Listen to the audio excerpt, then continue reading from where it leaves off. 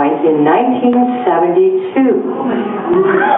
Woo! Yes, absolutely. And we were at a party, and a number of us were enjoying our favorite beverage at the time, Point Beer. And as we were sitting around, at one point, in walked Gary Tuma. And at that point, he was wearing a denim lined jacket, I remember, that kind of looked like what farmers wore up north, which is where he's from. And he also had, he was sporting kind of a Medford afro as he walked in. I'll never forget that. And he was fresh off the McGovern campaign. Woo! Absolutely! Yes. Absolutely. Who's that? Google it if you're young. And Gary walked in and talked to us about life on the campaign. He was a history and political science major, and he worked for credit in one of the campaign offices in Ohio for McGovern. So we met him as he just came home from that, and so he regaled us with all kinds of stories about life on the campaign trail. We learned lots of things, and we enjoyed it. Any of you who know Gary know, you know that Gary likes to travel. He doesn't like elegant travel. He likes frugal travel. I know that.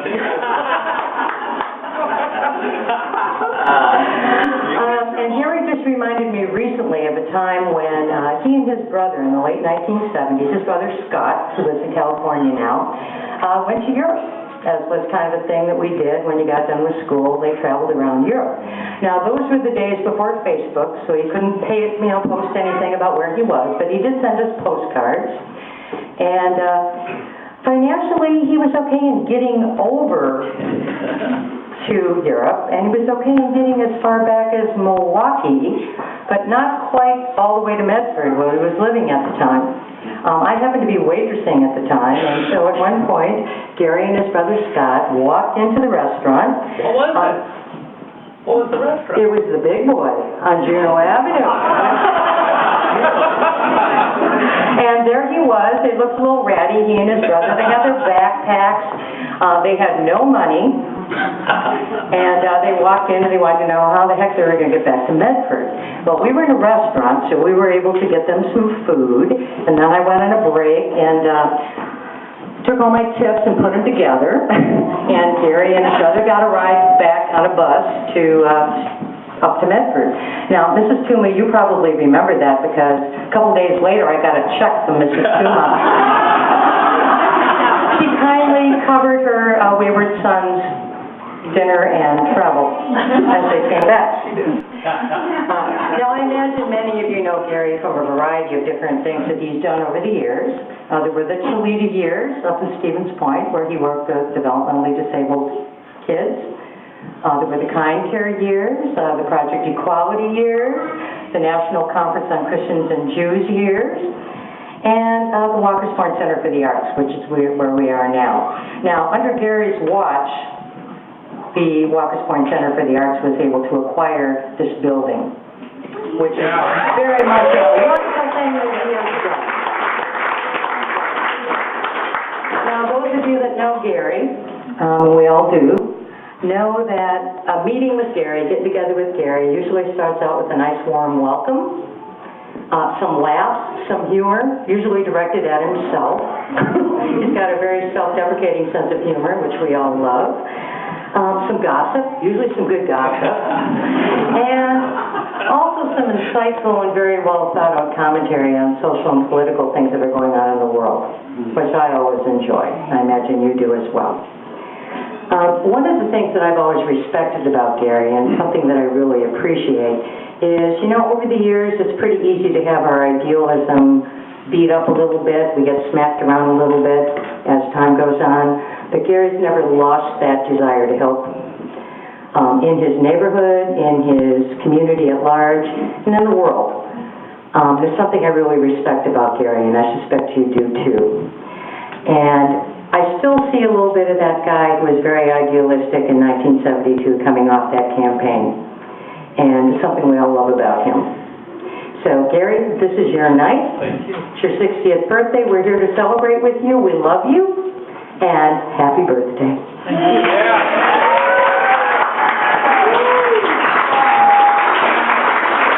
Now, Gary has also said that anybody who would like to make any commentary is able to say a few words. He also said anybody who holds political office or who is running for political office only has 2 minutes. Okay? So anybody who'd like to say a few words to Gary, please feel free.